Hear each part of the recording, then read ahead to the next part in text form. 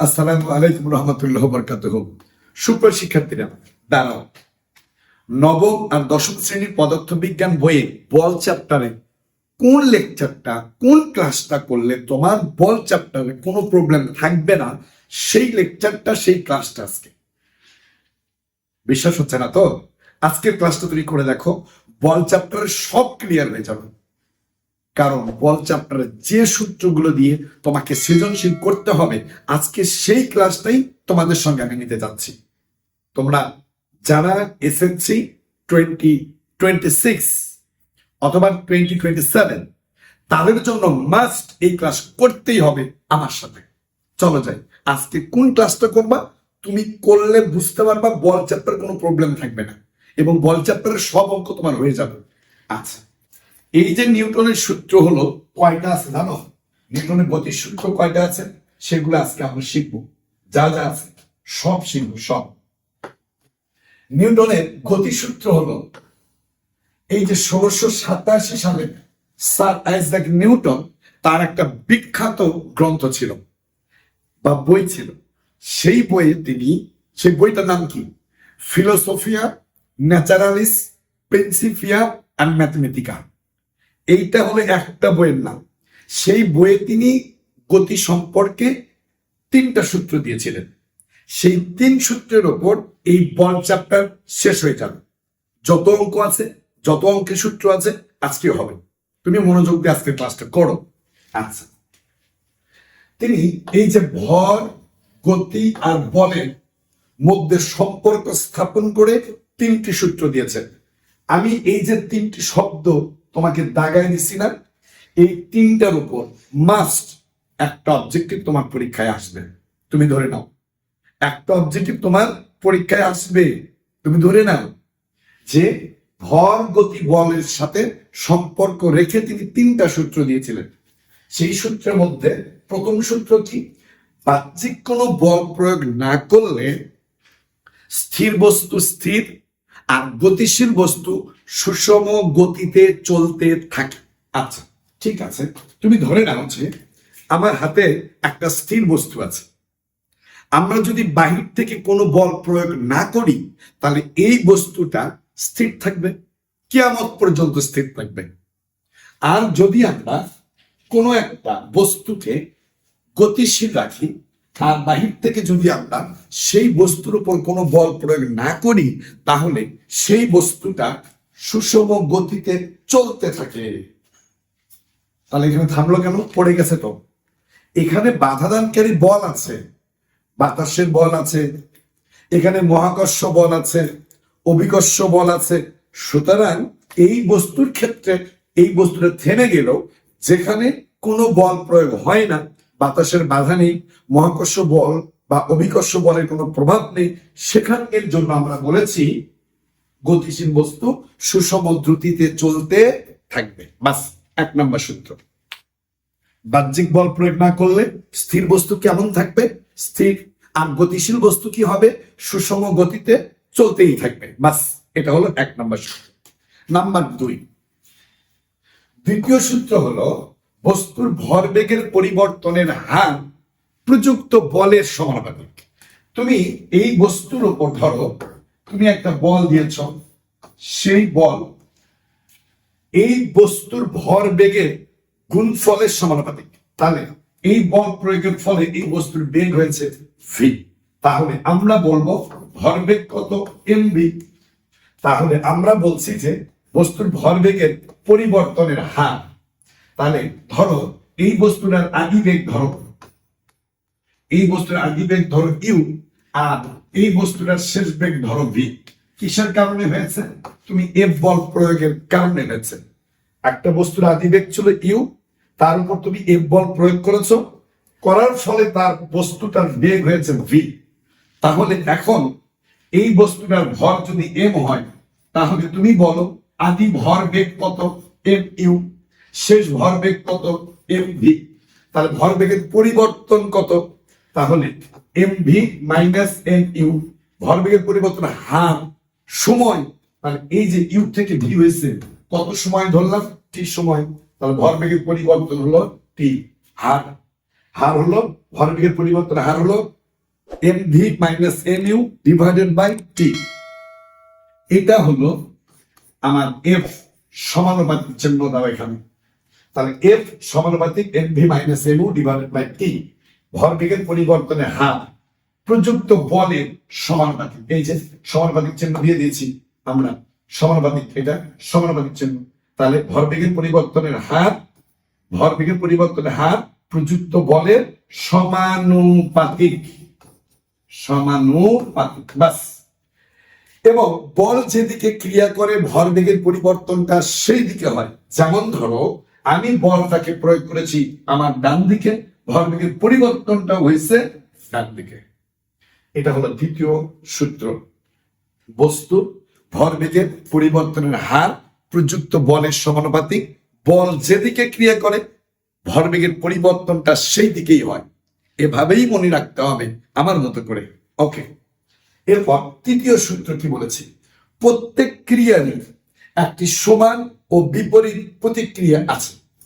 যেমন ধরো আমি এখানে দাঁড়িয়ে আছি, আমার ওজন কাজ করে কোন দিকে, একদম খাড়া নিচের দিকে, কিন্তু পৃথিবী আমার উপর বল প্রয়োগ করেছে কোন দিকে, একদম খাড়া উপরের দিকে।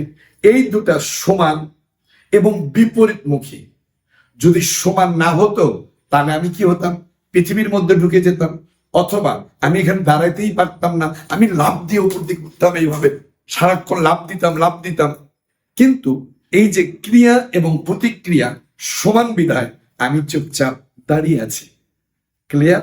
ওকে, তাহলে আমরা এখান থেকে অনেকগুলো জিনিস শিখলাম। কিন্তু এই যে সূত্রটা কত সালে আবিষ্কার হয়েছিল? 1687 সালে। স্যার আইজ্যাক নিউটনের বিখ্যাত গ্রন্থের নাম কি ছিল? ফিলোসফিয়া ন্যাচারালিস প্রিন্সিপিয়া ম্যাথমেটিকা। এই তো। আচ্ছা, এই বই তিনটা জিনিসের উপর বিবেচনা করে তিনি তিনটা সূত্র দিয়েছিলেন। সেই শব্দগুলো কি কি ছিল? ভর, গতি, বল। ভর, গতি, বল, এই তিনটার উপর ভিত্তি করে তিনি তিনটা সূত্র দিয়েছেন। সেই সূত্রগুলো কি কি একজন সায়েন্সের স্টুডেন্ট হিসেবে তোমাকে জানতেই হবে।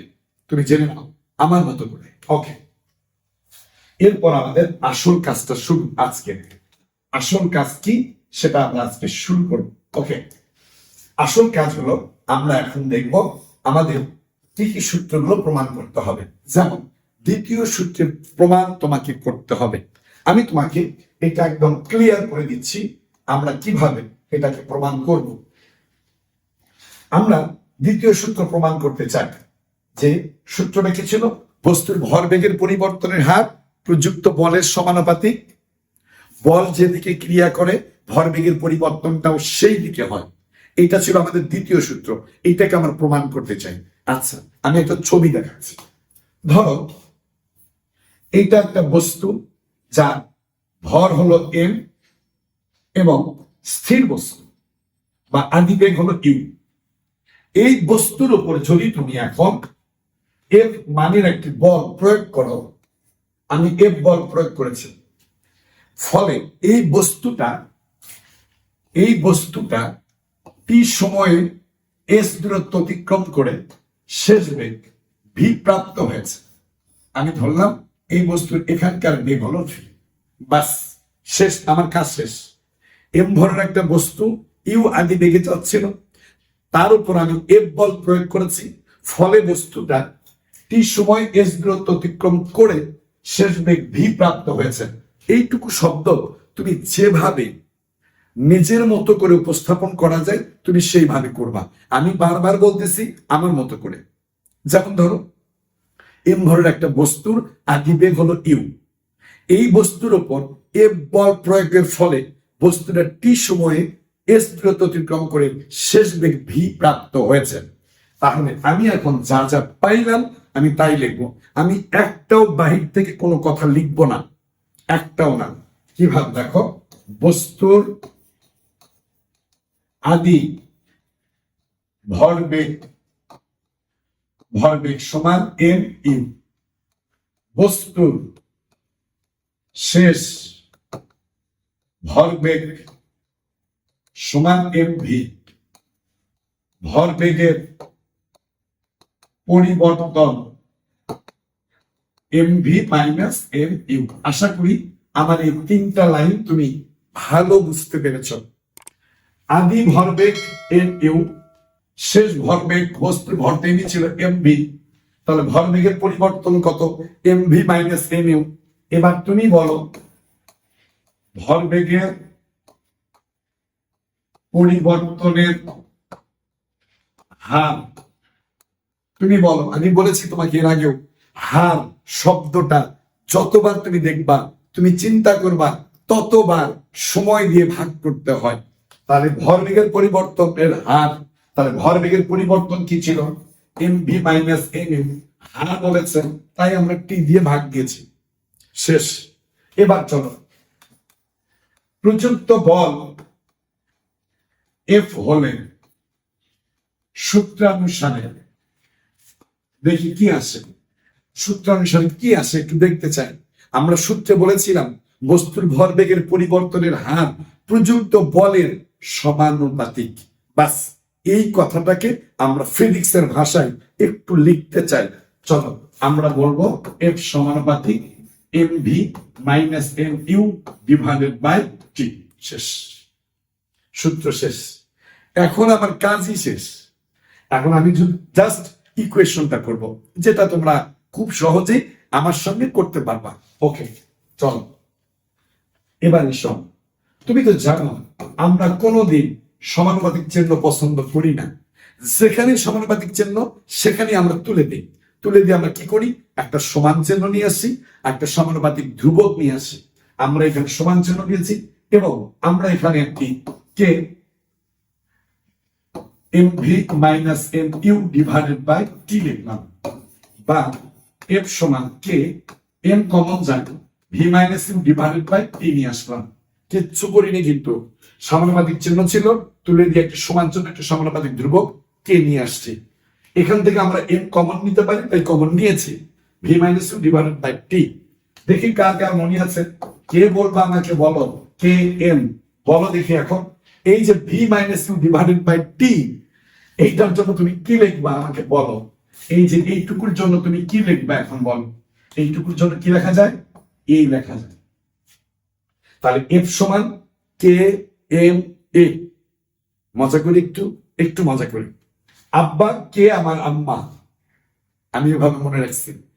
আব্বা কে আমার আম্মা, এই যে ফাদার ইকুয়াল টু আব্বা, কে জিজ্ঞাসা করেছি কে, আম্মা এম এ মা, মা মানে আম্মা, তাহলে আব্বা কে আমার আম্মা। এভাবে মনে রাখছি।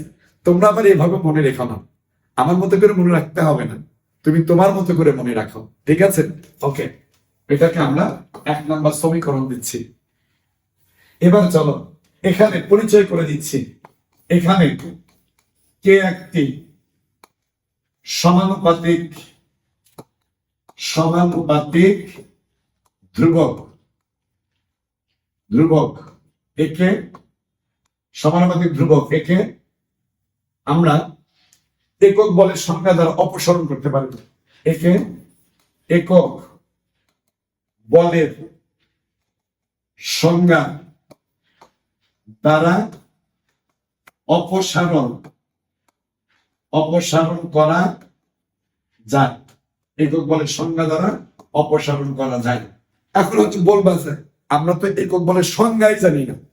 আরে বেটা, আমি তো আছি, আমি আছি তো, তোমাকে আমি শিখাই দেব তো একক বলের সংজ্ঞাটা কি, আমি শিখাই দেব তোমাকে। চলো আমরা একক বলের সংজ্ঞা শিখি।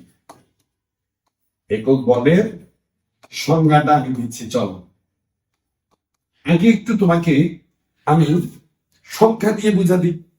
যেমন ধরো, যদি এফ সমান 1 নিউটন হয়, এম সমান 1 কেজি হয়, যদি এ সমান 1 মিটার পার সেকেন্ড স্কয়ার হয়। আমি কোন দিকে তাকায় লিখেছি তুমি জানো? হ্যাঁ, এই যে আমি এই দিকে তাকায় লিখেছি সোনা পাখিরা। এফ সমান বল, তার এফ সমান যদি 1 নিউটন হয়, এফ সমান যদি 1 কেজি হয়, তাহলে এ সমান যদি 1 মিটার পার সেকেন্ড স্কয়ার ত্বরণ হয়, তাহলে আমরা এই 1 নিউটন বল যেটা একে আমরা একক বল বলবো। তাহলে সংজ্ঞাটা কি হবে? আসুন, সংজ্ঞাটা হবে হলো, যদি 1 কেজি ভরের কোন বস্তুর উপর 1 কেজি ভরের কোন বস্তুর উপর যে পরিমাণ বল প্রয়োগে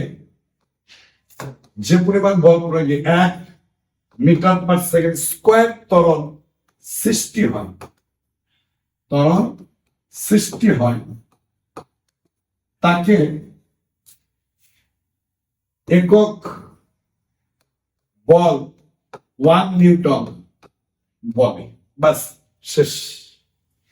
এখন তুমি আমাকে বলো, আমরা এখন যদি এই মানটাকে 1 নম্বর সমীকরণে বসাই, 1 নং সমীকরণ হতে পাই কি পাবো বলো? এফ সমান কে এম এ, এটা ছিল তো। এফ এর মান কত? 1, কে এর মান জানি না, গুণন এম এর মান 1, এর মান কত? 1, অতএব কে সমান 1। শেষ। এই কে এর মানটাকে তুমি আবার 1 নম্বরে বসায় দাও, দেখো কি আসে। কে এর মান 1 নং সমীকরণে বসাইয়া পাই এফ সমান কে এম এ, এফ সমান 1 গুণন এম এ, এফ সমান এম এ। আশা করি তোমরা ক্লিয়ার যে ফাদার ইকুয়াল টু মাদার। এটাই ছিল এই সূত্রটা, এবং এই সূত্রটা যে তোমার সামনে কতবার আসবে তুমি চিন্তাও করতে পারো না। সেটা হতে পারে অবজেক্টিভে, হতে পারে সৃজনশীলে। লাগবে এফ সমান এম এ, লাগবে এফ সমান এম এ। ওকে, লাগবে এফ সমান এম এ। শেষ। নিউটনের দ্বিতীয় সূত্র তুমি সায়েন্সের স্টুডেন্ট, তুমি পারো না এই কথা বলতেও তোমার লজ্জা লাগে।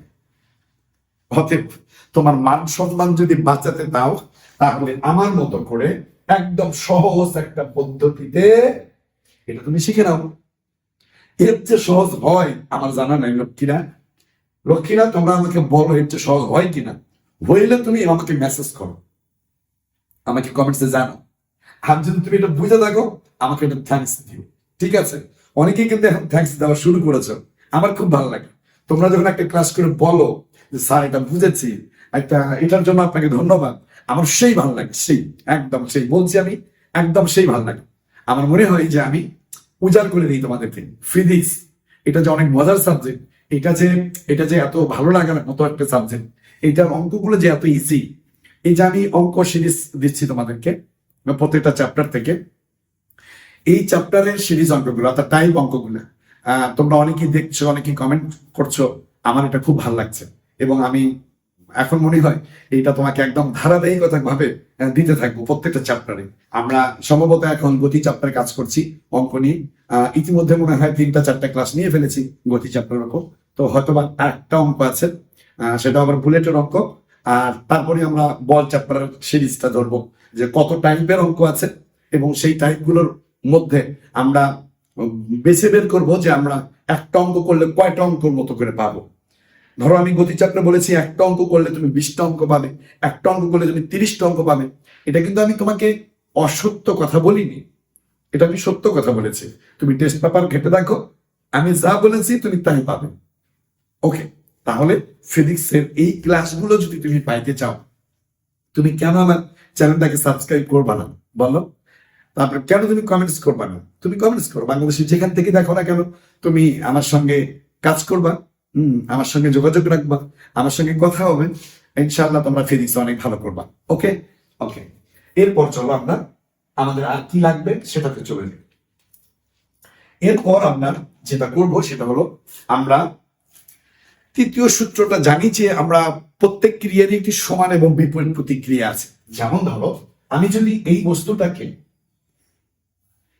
বস্তুটাকে যদি আমরা এই বস্তুর সাথে ধাক্কা লাগাই, ধরো যে এই বস্তুটা সামনের দিকে যায়, এই বস্তুটার সামনের দিকে যায়, এই বস্তুটার বেগ হলো ধরো 12 মিটার/সেকেন্ড, আর এই বস্তুটার বেগ হলো ধরো 8 মিটার/সেকেন্ড।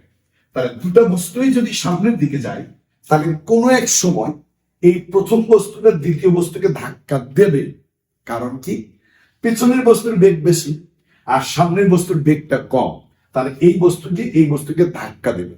আচ্ছা, আমি ধরে নিচ্ছি যে বস্তু দুটা এখানে গিয়ে ধাক্কা দিয়েছে, বস্তু দুটা এখানে গিয়ে ধাক্কা দেয়, একটা অপরটাকে ধাক্কা দিচ্ছে, এইভাবে ধাক্কাটা লাগলো, একটা আরেকটার সাথে যে ধাক্কা লেগেছে। Okay fine. তাহলে এখানে প্রত্যেক ক্রিয়ারই সমান এবং বিপরীত প্রতিক্রিয়া আছে। প্রথম বস্তুটা দ্বিতীয় বস্তুর উপরে যে বলটা প্রয়োগ করেছে সেটাকে আমরা ক্রিয়াশীল বল বলছি, এটাকে আমরা বলবো হলো ক্রিয়াশীল বল, এটাকে আমরা F1 বলছি। আর দ্বিতীয় বস্তু প্রথম বস্তুর উপর যে বলটা প্রয়োগ করবে সেটাকে আমরা বলছি হলো প্রতিক্রিয়াশীল বল। বাস।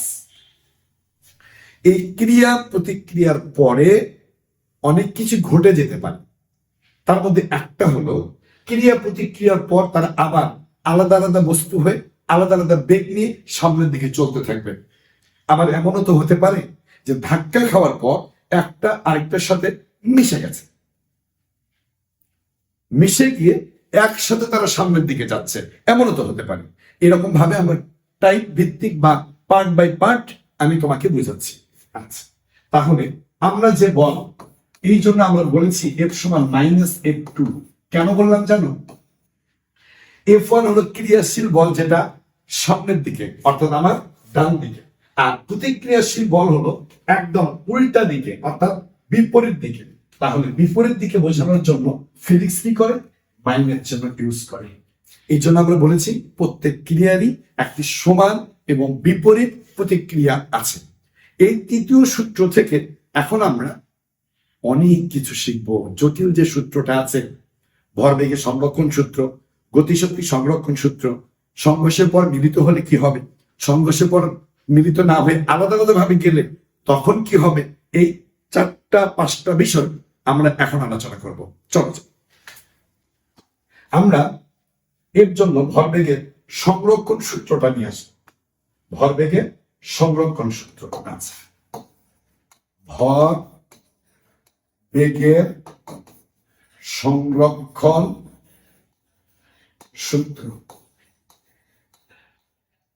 ভরবেগের সংরক্ষণ সূত্র। এর জন্য তোমার সামনে আমি একটা ডায়াগ্রাম উপস্থাপন করছি। ধরো এটা একটা বস্তু আর এটা একটা বস্তু, তাদের মধ্যে সংঘর্ষ হয়েছে, এবং সংঘর্ষের পর তারা আলাদা আলাদা বস্তু হয়ে সামনের দিকে যাচ্ছে। এই ডায়াগ্রামটা খুব ভালো করে মন দিয়ে আমার সঙ্গে দেখবা। আমি ধরে নিচ্ছি যে এই বস্তুর ভর হলো m1, এই বস্তুর ভর হলো m2, এই বস্তুর আদি বেগ হলো u1, এই বস্তুর আদি বেগ হলো u2। বাস। ক্রিয়া প্রতিক্রিয়া হয়েছে F1 আর উল্টা দিকে হলো F2, এবং সেটা t সময় ধরে ক্রিয়া প্রতিক্রিয়া ঘটেছে। এরপর তারা নতুন বেগ প্রাপ্ত হয়েছে v1 আর হলো v2। এটা ছিল m1 ভরের বস্তু আর এইটা ছিল m2 ভরের বস্তু। এখন তুমি আমাকে বলো এই বস্তুটা ভর বেগ কত? এখন এই মুহূর্তে যে অবস্থায় আছে সে অবস্থায় ভর বেগ কত? m1 u1। Okay fine. এই বস্তুটার ভর বেগ কত এখন এই মুহূর্তে যে অবস্থায় আছে? m2 u2।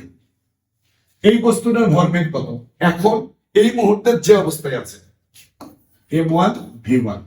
এই বস্তুটা এই মুহূর্তে এখন যে অবস্থায় আছে তার ভর বেগ কত? m2 v2। Okay fine.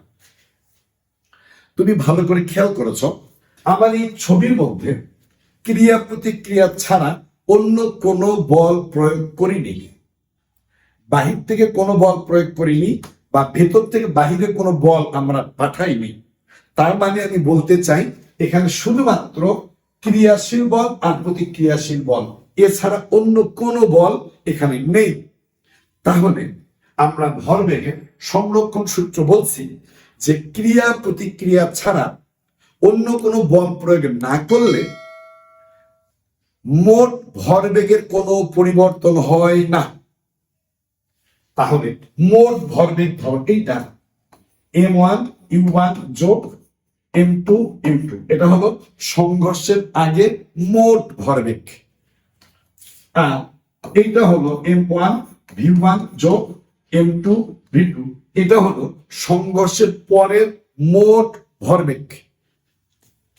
তাহলে আমরা যদি এটাকে একটু বক্সে দিই তাহলে কেমন হবে, এটা আর হলো এইটা, এই দুটা, এটা হলো সংঘর্ষের আগে মোট ভরবেগ, এটা হলো সংঘর্ষের পরের মোট ভরবেগ। আমার সূত্র বলছে যে ক্রিয়া প্রতিক্রিয়া ছাড়া অন্য কোনো বল যদি ক্রিয়া না করে তাহলে এই যে মোট ভরবেগের মধ্যে কোনো পরিবর্তন হবে না। এর মানে কি? এর মানে হলো মোট ভরবেগের পরিবর্তন হবে না, মানে হলো সমান সমান। এবং এইটা হলো তোমার সবচেয়ে গুরুত্বপূর্ণ একটি সূত্র, এবং এই সূত্রটা আমি নিউটনের তৃতীয় সূত্র থেকে তোমাকে প্রমাণ করে দেব। এটা হলো ভরবেগের সংরক্ষণ সূত্র। এই সূত্রটা প্রমাণ করব নিউটনের গতির তৃতীয় সূত্র থেকে। তুমি দেখতে থাকো আমার সঙ্গে। আচ্ছা, এবার সব আমরা নোট আকারে লিখবো। এটা নোট লিখবো আমরা। ওকে, ফাইন। এই নোট থেকে আমরা যা যা করা লাগে সব করব, তুমি টেনশন নিও না। ওই ছবিটা কিন্তু ঠিক থাকবে। কোন ছবি? এই যে আমাদের যে ছবিটা ছিল, আমাদের কি ছবি ছিল? এই যে একটা বস্তু, এই যে একটা বস্তু, এইখানে তাদের সংঘর্ষ হয়েছে, এইখানে তাদের সংঘর্ষ হয়েছে, তারপর নতুন করে দিকপ্রাপ্ত হয়েছে, নতুন করে দিকপ্রাপ্ত হয়েছে। এই ছবিটা কিন্তু ঠিক আছে। আচ্ছা, নাম কি কি ছিল একদম মনে আছে তোমাদের?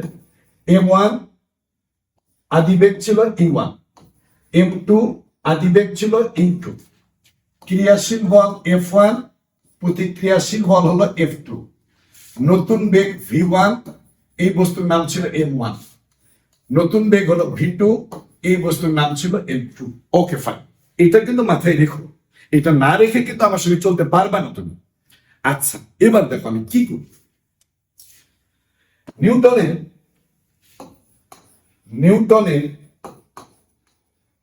তৃতীয় সূত্রানুসারে ওকে, ফাইন, সূত্র অনুসারে f1 মাইনাস f2, বাস। এটা ঠিক তো? প্রত্যেক ক্রিয়ারই একটা সমান এবং বিপরীত প্রতিক্রিয়া আছে।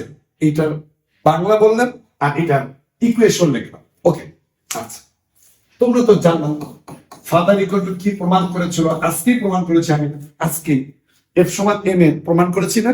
আচ্ছা, তাহলে মানে এটা মানে হলো m1 a1, আর এটা মানে হলো m2 a2। ওকে, f1 সমান f2 সমান লিখে দিয়েছি। আচ্ছা, এবার তোমরা বলো m1 টা রাখলাম, এবার বলো a1 সমান তুমি কি লিখবা? তোমার কি সূত্র ছিল? পিচ্ছিরা v minus U divided by T. দেখো তো মনে পড়ে নাকি? ত্বরণের সূত্র মনে পড়ে গতি চ্যাপ্টার থেকে, তাই না? একদম গতি চ্যাপ্টার প্রথম দিকে এই সূত্রটা ছিল, এবং সেটা ত্বরণের সূত্র। ত্বরণ এ সমান হলো v minus U divided by T, অর্থাৎ বেগ পরিবর্তনের হার। ওকে, তাহলে আমরা কি লিখবো? v1 minus u1 divided by টি সমান মাইনাস m2 লিখবো। তাহলে এখানে লিখবো v2 minus u2 divided by টি। তোমার মনের মধ্যে একটা প্রশ্ন আসতে পারে, একটা, সেটা হলো T1 আর T2 না লিখে আমি শুধু T লিখলাম কেন? বিকজ এই যে এখানে ক্রিয়া প্রতিক্রিয়া হয়েছিল মাত্র একটা সময়, তার নাম হলো টি। টি সময় ধরে ধাক্কাটা লেগেছে, একটা সময় টি সময়, বাস। সেই জন্য আমরা টি লিখেছি উভয় ক্ষেত্রে। ওকে, উভয় ক্ষেত্রে আমরা টি লিখে দিয়েছি। এবার আপনাদের কাজ হলো এখন একদম ইজি একটা কাজ, সেটা হলো m1 v1 মাইনাস u1 সমান minus m2 v2 minus u2 বাস কি করেছে বলতো, এই টি আর টি ক্যান্সেল, উভয় পক্ষ থেকে টি কে বাদ দিয়েছি। তাহলে এইটা কি হবে বলো, এখন তুমি গুণ করে দাও, m1 v1 minus m1 u1 সমান minus m2 v2 plus m2 u2। এখন তুমি ইউ গুলোকে এক পাশে নিয়ে আসো, যত জায়গায় ইউ আছে সেগুলোকে এক জায়গায় নিয়ে এসো, দেখি কি আসে আমাদের। যদি আমরা নিয়ে আসি তাহলে কি নিয়ে আসবো, মাইনাস m1 u1, এটা আগে লিখেছি, তারপর এইটাকে নিয়ে এসো মাইনাস m2 u2 সমান, এবার ভি গুলোকে আরেক পাশে নিয়ে যাও, এইটাকে চেঞ্জ করো মাইনাস m1 v1, আর এখানে ছিল হলো মাইনাসের m2 v2। আশা করি এই ইন্টারচেঞ্জ করতে তোমার কোনো প্রবলেম হবে না, যেহেতু আমি ক্লাস 9 এবং 10 এর বাচ্চাদেরকে পড়াই, তোমরা একটু তো বড় হয়েছো তাই না? ওকে, এবার তুমি মাইনাস কমন নাও, মাইনাস কমন নিয়ে কি থাকে আমাকে একটু জানাও, যে m1 u1 plus m2 u2 সমান মাইনাস কমন নাও m1 v1 plus m2 v2, বাস মাইনাস আর মাইনাস কি করবো, ভ্যানিশ, ভ্যানিশ করে দাও, ভ্যানিশ। এই যে ধুসা ও ধুসা কাটাকাটি শেষ, থাকি কি সেটা লেখো, m1 u1 যোগ m2 u2 সমান সমান m1 v1 plus m2 v2, বাস শেষ তোমার কাজ। আর একটা কাজ তোমার নাই জানো, তুমি এত সহজে এটা করতে পারবা, চিন্তাও করতে পারবা না, তুমি একদম চিন্তা করতে পারবা না। ওকে, তুমি একদমই চিন্তা করতে পারবা না যে এত সহজে এটা হয়ে গেল কিভাবে, তাই তো? আচ্ছা, এই যে আমাদের equation, m1 u1 plus m2 v2 u2 সমান m1 v1 plus m2 v2। কত বড় একটা সূত্র, কত সহজ ভাবে আসা যায়, এর চেয়ে সহজ কি আসা যায় নাকি? একদম ইজি, একদম ইজি। আমি কিছু করিনি, আমি শুরু করেছিলাম কোথায় সোনা পাখিরা, আমি শুরু করেছিলাম হলো এই জায়গায়, ওয়াও, নিউটনের তৃতীয় সূত্রে F1 সমান মাইনাসের F2। এরপরে যা করেছি সব তোমার জানো, সব তুমি শুধুমাত্র ইকুয়েশন করে নিচের দিকে আসবা, এই সূত্র হয়ে যাবে, বাস। এখন এখান থেকে আমরা অন্য কিছু করতে চাই, চলো এই ছবিটার জন্য, এই যে ছবি আমার, এই ছবিটাকে আমি একটু অন্য জায়গায় নিয়ে যাচ্ছি। এখন তুমি আমাকে আরেকটা সূত্র নিয়ে কথা বলবো, সেই সূত্রটা কি একটু দেখবো আমরা। হ্যাঁ, সেই সূত্রটা হলো আমাদের গতিশক্তির সংরক্ষণ সূত্র, গতিশক্তির সংরক্ষণ সূত্র। আমি এখান থেকে যখন তোমাকে অঙ্ক করাবো সেখানে কিন্তু আরেকটা কথা বলবো, যে গতিশক্তির সংরক্ষণ সূত্র কোন কাজে লাগবে, বা আমার প্রশ্ন সৃজনশীলে কি চাইবে আমার কাছ থেকে। তোমার কাছে চাইবে একটা জিনিস, এটা বলবে যে এই সংঘর্ষটা স্থিতিস্থাপক নাকি অস্থিতিস্থাপক। এই একটা প্রশ্নের জবাব দেওয়ার জন্য তোমাকে আমি এখানে নিয়ে গেছি। আসলে তোমরা এখনো জানো না যে গতিশক্তি কাকে বলে, বিশেষ করে যারা ক্লাস 9-এ পড়ো। আমার তো মনে হয় যারা ক্লাস 9-এ পড়ো তারা এই মুহূর্তে তৃতীয় অধ্যায়ের শেষের দিকে আছো, অথবা কেউ কেউ হয়তো বা চতুর্থ অধ্যায়ে আছো। যারা চতুর্থ অধ্যায়ে আছো, ক্লাস 10 তো 100% পারবাই, নো প্রবলেম। ক্লাস 10 দের জন্য এটাই রিভিশন ক্লাস, কারণ এগুলো তোমরা করেছো বা পারো এগুলো। কিন্তু 9 দের জন্য বলছি, যারা এই মুহূর্তে যারা 4 নম্বর অধ্যায়ে আছো, তারা কি জানো? তারা জানো হলো ইকে মানে হলো গতিশক্তি, গতিশক্তি মানে হলো হাফ এম ভি স্কয়ার। এটা হলো গতিশক্তির সূত্র। এর সাথে কিন্তু আরেকটা শক্তি সূত্র ছিল, সেটা হলো ইপি। ইপি সমান হলো mgh। খুবই মজার চ্যাপ্টার, এটা হলো কাজ ক্ষমতা শক্তি। আমার কাছে সবচেয়ে মজা লাগে কাজ ক্ষমতা শক্তি চ্যাপ্টারটা, আমি খুব মজা পাই। আচ্ছা, তোমরাও মজা পাবে আমার সঙ্গে ইনশাআল্লাহ। তাহলে গতিশক্তি যদি আমি চিন্তা করি, এই মুহূর্তে এটা যে অবস্থায় আছে, এখন এটার গতিশক্তি কত? Half m1 u1 square. এখানে তুমি ভি স্কয়ার লিখেছি, আসলে ভিটা কি ছিল? বেগ ছিল। তাহলে এই বস্তুর এখনকার বেগ কত? u1, সেজন্য u1 স্কয়ার পেয়েছি। যোগ করো, এই মুহূর্তে এই বস্তুটার গতিশক্তি কত?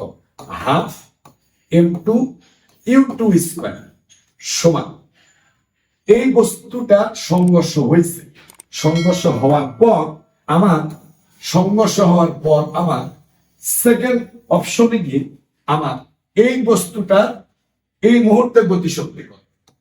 হাফ m1 v1 স্কয়ার যোগ এই মুহূর্তে এইটার গতিশক্তি কত?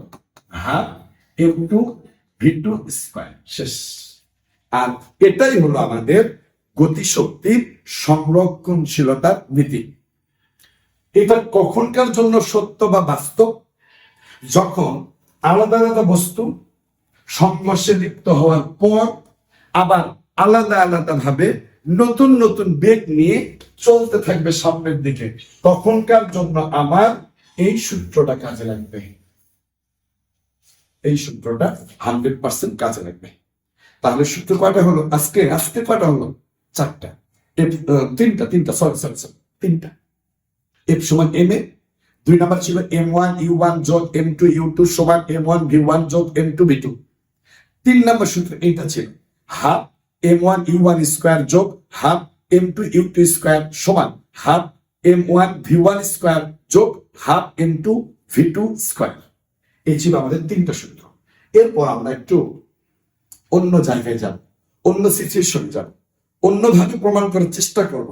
যদি এরকম হয় কেমন? চলো যাই আমরা সেটা দেখি। আমরা এখন কি বলতে চাই? আমরা আবারও নোট লিখছি। আমরা আরেকবার একটা ছবি আঁকাতে চাই। ছবিটা হলো এরকম যে আমি ধরে নিচ্ছি যে এইটা একটা বস্তু, এইটা আমার একটা বস্তু, ওকে ফাইন। আর একটা বস্তু হলো আমার এইটা, আরেকটা বস্তু হলো আমার এইটা, ওকে ফাইন। দুটা বস্তু।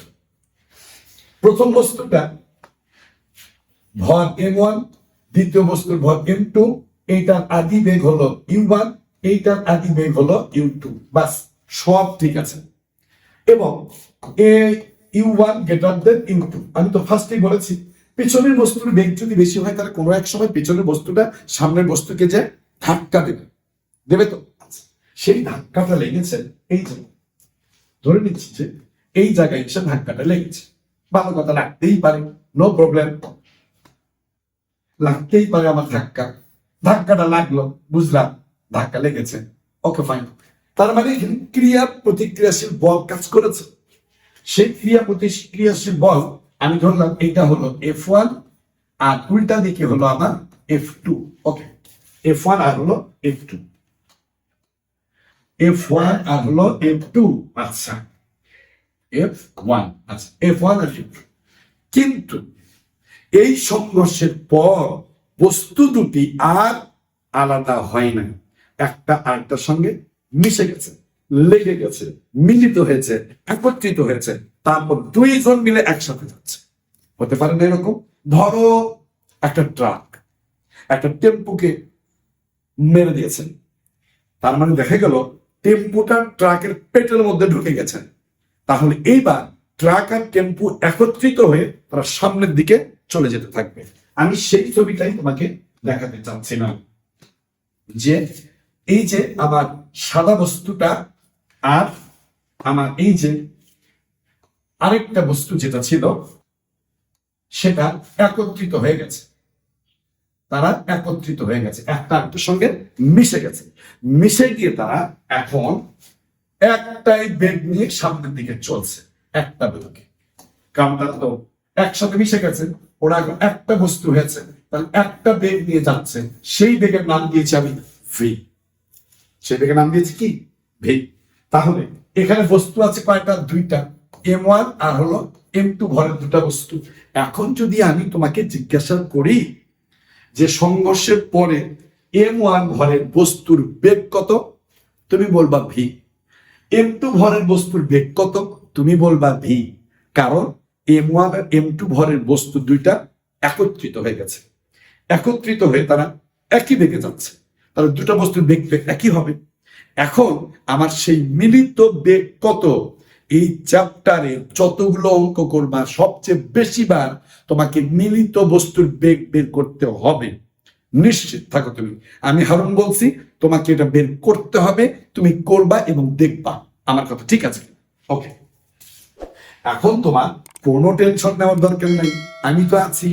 আমি তোমাকে দেখাচ্ছি মিলিত বস্তুর বেগ কিভাবে তুমি বের করবা। তুমি আগে বলো আমাকে, তুমি এই সূত্রটা জানো কিনা? এই যে আমি এখন যেটা লিখবো সেটা তুমি জানো কিনা একটু বলো। যে আমরা জানি, আমার সঙ্গে তোমরা বলবা যে আমরা জানি কিনা। আচ্ছা, M1 U1 যোগ M2 U2 সমান M1 V1 যোগ M2 V2। ওকে, এটা জানি কি জানি না বলো? অবশ্যই তুমি জানো, আমি একটু আগে তোমাকে করাইছি, এই 2-3 মিনিট হলো, তাই না? এটা জানো না? জানো। আচ্ছা ঠিক আছে, এখন আমি এই সিচুয়েশনটাকে একটু এখানে বসায় দিতে চাই। কি সিচুয়েশন? কি সেই ব্যাপার যেটা আমি এখন নতুন করে বসাবো এবং তুমি সেটা দেখবা। এখন দেখো আমার সঙ্গে, এখন তুমি দেখো সংঘর্ষের আগে আলাদা আলাদা বস্তু ছিল, ভালো কথা, তাহলে আলাদা আলাদা ভরবেগ M1 U1 যোগ M2 U2 সমান। এবার তুমি আমাকে বলো সংঘর্ষের পর তারা একত্রিত হয়ে গেছে, ঠিক তো না? ঠিক, একত্রিত হয়ে গেছে। তাহলে M1 বলো, M1 বস্তুর বেগ কত এখন? ছবি দেখাবো, ছবিতে দেখো M1 ভরের বস্তুর বেগ হলো V, এই যে আমরা V লিখেছি, যোগ বলো তো M2 ভরের বস্তুর বেগ কত? M2 ভরের বস্তুর বেগ কত? এই যে বলো, ছবি দেখে বলো V, এই যে V। শেষ আমার কাজ, আমার কাজ শেষ, সত্যি বলছি কি কাজ শেষ। দেখো আমি এখন কি করি, শেষ কিন্তু হয়ে গেছে আমাদের কাজ। এই যে মা লিখলাম M1 U1 যোগ M2 U2 সমান V কমন নাও, M1 প্লাস M2 নাও, বাস। এবার টোটালটাই ভাষে নিয়ে এসো, এই পাশে নিয়ে এসো, দেখি কি হয়। আমরা একটু দেখবো যে V M1 প্লাস M2 সমান, এটা ওই পাশে নিয়ে যাও সবগুলো, M1 U1 যোগ M2 U2। ওকে, এবার তুমি আমাকে বলো যে তুমি যদি এখানে ভিটা রাখতে চাও তাহলে M1 প্লাস M2 গুণন আছে, ওই পাশে কি হবে? ভাগ হবে। তাহলে তুমি ভাগ করে দাও, M1 U1 যোগ M2 U2 divided by M1 plus M2। তোমাকে আমি বলেছিলাম যে সূত্রটা খুবই মজা লাগবে আর খুবই সোজা। দেখো তো হয়ে গেছে। এই সূত্রটা তুমি এই চ্যাপ্টারে সবচেয়ে বেশি বার ইউজ করবা, বেশি বার, সবচেয়ে বেশি বার। তাহলে এইটা তোমার জানা দরকার নাকি দরকার নাই? অবশ্যই জানা দরকার। তাহলে সূত্র কয়টা হলো সব মিলে? 4টা। F সমান M M1 U1 যোগ M2 U2 সমান M1 V1 যোগ M2 V2। আমার মতো তাড়াতাড়ি করে বলতে হবে। দ্বিতীয়টা কি ছিল আমাদের? শক্তি সংরক্ষণশীলতার নীতি। সেটা কি ছিল? হাফ M1 U1 স্কোয়ার যোগ হাফ M2 U2 স্কোয়ার সমান হাফ M1 V1 স্কোয়ার যোগ হাফ M2 V2 স্কোয়ার। আমার মতো করে বলা শিখবা। নাম্বার 4 কি ছিল? মিলিত বেগ। মিলিত বেগ সমান কত? V। V সমান কত? M1 U1 যোগ M2 U2 divided by M1 plus M2। বাস, থামো। এই 4টা সূত্র যে বললাম, এই চ্যাপ্টারে সবচেয়ে বেশি বার ইউজ হওয়ার মতো 4টা সূত্র আমি বলেছি। এই ক্লাসটা তুমি করবা করবা করবা এবং এই সূত্রগুলো খাতায় লিখে রাখবা, খাতায় লিখে রাখবা। নেক্সট ক্লাসে অঙ্ক নিয়ে কথা হবে, কোন কোন নিয়মের, সেখানে যদি আবার নতুন কিছু সূত্র থাকে আসবেই তো, 100% নতুন সূত্র আসবে। ঘর্ষণ গুণাঙ্কের অঙ্ক আসবে, যেটা তোমরা সবচেয়ে কম পারো। আমি চ্যালেঞ্জ, এই ঘর্ষণ গুণাঙ্কের অঙ্ক তোমাকে কেউ করায় না, ইউটিউবে কেউ করায় না। ঘর্ষণ গুণাঙ্কের অঙ্ক দেখে ভয় পাও, কপি কলের অঙ্ক দেখে ভয় পাও। তোমরা এই চ্যাপ্টার ভয় কোন জায়গায়? 2 জায়গায়। একটা হলো ঘর্ষণ গুণাঙ্কের অঙ্ক আর 2 নাম্বার হলো কপি কলের অঙ্ক। এছাড়া সব অঙ্ক সব বাচ্চা পারে, সাধারণ অঙ্ক যত আছে সব অঙ্ক সব বাচ্চা পারে। 2টা অঙ্ক পারে না, একটা হলো কপি কলের অঙ্ক পারে না, একটা হলো ঘর্ষণ গুণাঙ্কের অঙ্ক পারে না। আমি বলছি তোমাকে আমি 2টো করে দিব। আমি তোমাকে বলছি এই চ্যানেলটাকে সাবস্ক্রাইব করো, যত কঠিন অঙ্ক আছে আমি আছি তোমার সঙ্গে। ওকে, দেখা হবে নেক্সট ক্লাসে। আল্লাহ হাফেজ।